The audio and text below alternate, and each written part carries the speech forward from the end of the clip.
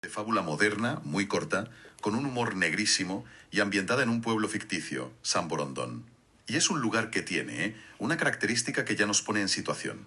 Dice el texto que era un sitio donde todo se sabía antes de que pasara. Vaya punto de partida. Totalmente. Y con esto nuestra misión hoy es doble.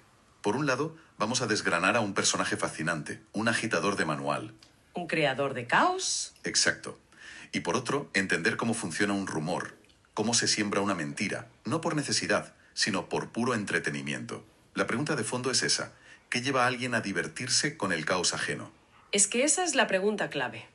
Porque la historia, que parece un chismorreo de pueblos sin más, Sí, una anécdota. pues no lo es. Es un laboratorio perfecto. Nos permite ver a pequeña escala cómo la desinformación no solo confunde, sino que rompe relaciones.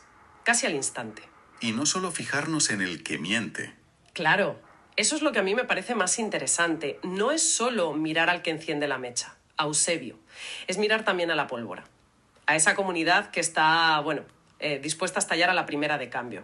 Pues con esa idea vamos a conocer al pirómano. Hablemos del perfil de este agitador, el protagonista, Eusebio el Ciego.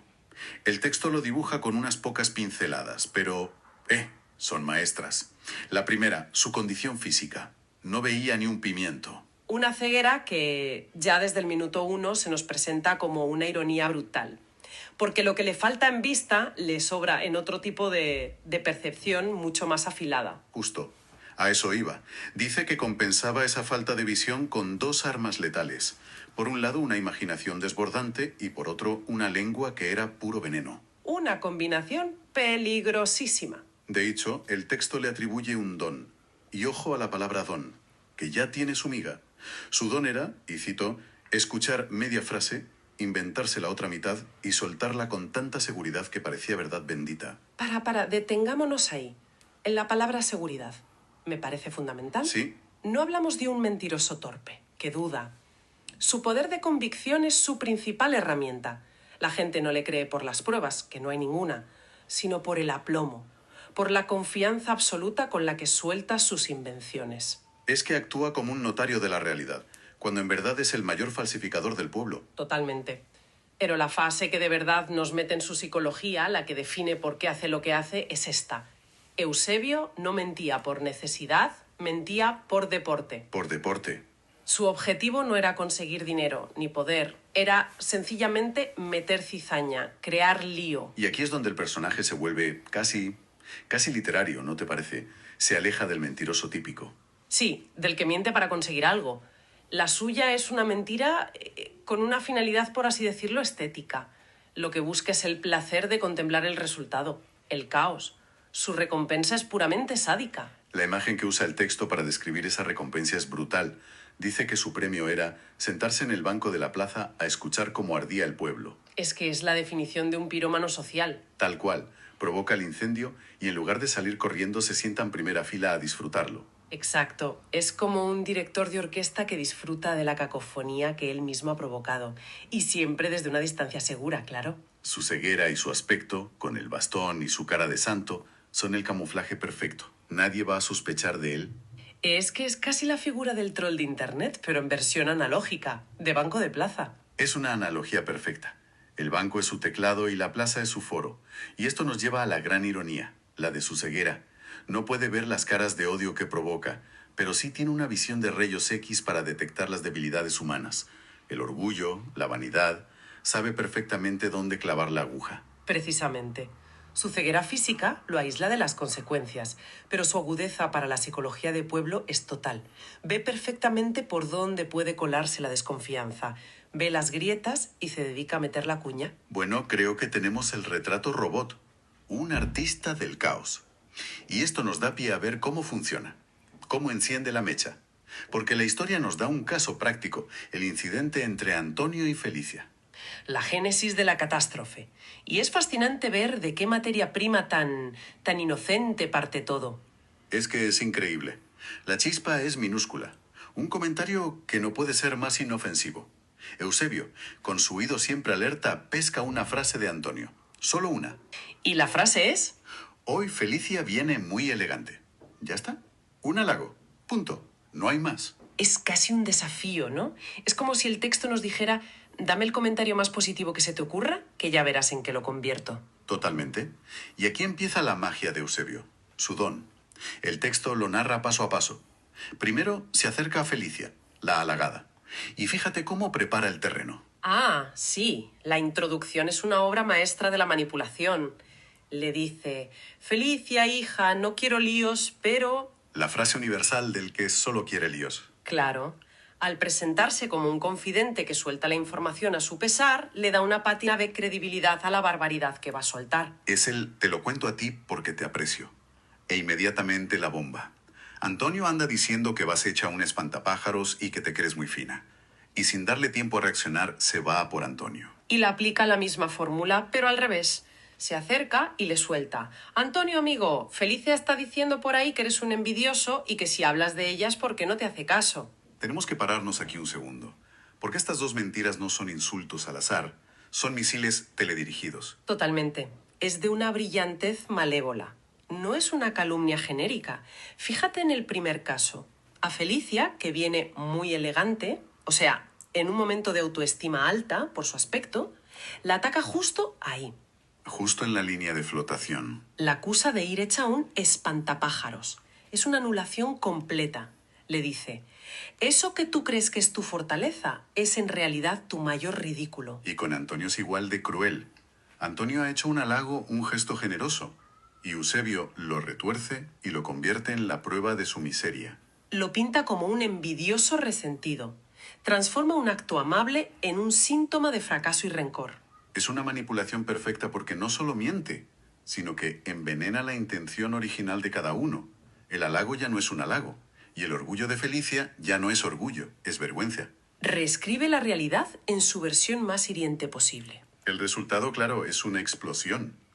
Al día siguiente, en el mercado, el texto dice que Antonio y Felicia casi se baten a paraguazos sin saber muy bien por qué. Me encanta esa parte, sin saber muy bien por qué. Es que resume la ira ciega de un rumor. Actúas por una emoción tan fuerte que ni te paras a pensar en el motivo real. Es la niebla de la guerra del chismorreo. Y mientras todo este caos se despliega, mientras los paraguas están a punto de volar, ¿dónde está nuestro director de orquesta? En su palco privado, claro. La imagen es potentísima. Eusebio, con su bastón apoyado y cara de santo, se reía por dentro. Es la culminación, el artista contemplando su obra de destrucción social. Una vez más, la distancia, la impunidad. Él está fuera, oliendo a santidad, mientras los demás se destrozan por su culpa. El dios maligno de San Borondón. Tal cual. Y con esta imagen llegamos al desenlace. ¿Cómo se deshace este nudo? Porque la cosa podría haber acabado muy mal. Y lo interesante es cómo se resuelve.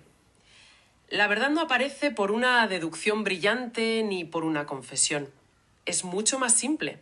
Y en cierto modo, mucho más realista. Exacto. Lo provoca un personaje anónimo, un chavalillo que había oído las dos versiones, y es él quien en mitad del griterío suelta la verdad más directa posible. Que grita. Grita que Eusebio ha dicho una cosa a uno y otra al otro. Así de simple. Y este detalle me parece maravilloso. A veces la verdad no necesita un análisis complejo. Solo necesita a alguien que no esté implicado emocionalmente. Alguien con la mirada limpia. Eso es. Antonio y Felicia estaban tan cegados por el orgullo herido que eran incapaces de ver lo evidente. El niño, sin ese filtro, simplemente conecta los puntos. A más B. Una vez que el niño grita "el rey está desnudo", el hechizo se rompe. La ira cambia de objetivo y la acción se traslada al origen de todo, el banco de la plaza. Al escenario del crimen, el lugar desde donde Eusebio contemplaba sus triunfos. Y la confrontación es breve pero demoledora. Las dos frases que le lanzan son el epitafio perfecto para él. Primero Antonio. Eusebio, no ves, pero bien que miras dónde hacer daño. Es una acusación que es pura poesía. Le está diciendo, tu verdadera visión, la que sí tienes, la usas solo para encontrar la herida y meter el dedo. Y Felicio lo remata. Y no oyes, pero qué bien inventas. En 10 segundos lo han desnudado.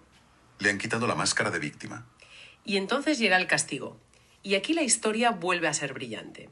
No hay violencia, no lo expulsan. La comunidad elige una sanción mucho más sutil y para él infinitamente más cruel. Sí, el texto lo describe con una simpleza aterradora. Desde ese día nadie le contó nada a Eusebio. Le cortan el suministro. Y eso, para él, es la muerte en vida. Es una sanción social de una eficacia total. Su poder, su don, dependía de esa materia prima, la media frase. Sin eso, su fábrica de mentiras tiene que cerrar. Lo desarman por completo. Y el lugar donde disfrutaba del caos, el banco, se convierte en su celda de aislamiento. La frase final es lapidaria. Y el banco de la plaza se quedó muy callado. El silencio se convierte en su tortura. Es la anulación total de su personaje. Un hombre que vivía de crear ruido, condenado al silencio.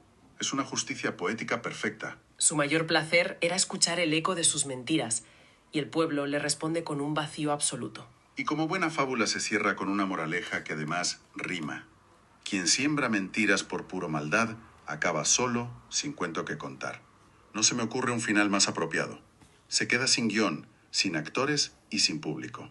Se queda literalmente sin historia. Él, que era el guionista en la sombra del pueblo. Entonces, si intentamos recapitular un poco, ¿qué nos queda? Por un lado, el retrato de este artista del caos, alguien que encuentra en la destrucción a pequeña escala su única forma de entretenimiento. También hemos visto la fragilidad extrema de la comunicación, ¿no? Es vertiginoso pensar cómo un comentario positivo se puede retorcer hasta convertirlo en un arma. Con una facilidad pasmosa. Y por último, esa idea del castigo, que a veces la sanción más efectiva no es el grito, sino la indiferencia, el silencio colectivo como arma. Sí, todos esos puntos son las lecciones evidentes. Pero si me permites, me gustaría proponer una reflexión final que me ha estado rondando. Nos hemos centrado, y con razón, en condenar a Eusebio. Es el villano, está claro. Desde luego, el texto no deja lugar a dudas sobre él. Ninguno. Pero, ¿qué nos dice esta historia sobre Antonio y Felicia? ¿O sobre el resto del pueblo? ¿A qué te refieres? Estuvieron a punto de batirse a paraguazos sin ni siquiera pensar en hablar entre ellos, sin pararse un segundo a preguntarse, ¿de verdad Antonio diría eso de mí? ¿Tiene algún sentido? Es una pregunta incómoda. Reaccionaron de forma visceral. La ofensa fue más fuerte que la lógica. Reaccionaron con una credulidad instantánea. Y aquí es donde la fábula nos pone un espejo delante, porque es muy fácil señalar a Eusebio, pero la historia deja una pregunta flotando sobre nuestra propia predisposición a creernos lo peor de los demás, sobre todo si esa mentira nos toca el orgullo. Es un buen punto. Quizás, y esto es lo que inquieta, esa impulsividad de Antonio y Felicia, esa prisa por ofenderse, es lo que nos convierte a todos, sin quererlo, en el público perfecto, en la tierra fértil que necesitan los Eusebios del mundo para que su cizaña florezca. Servicios de grabación de la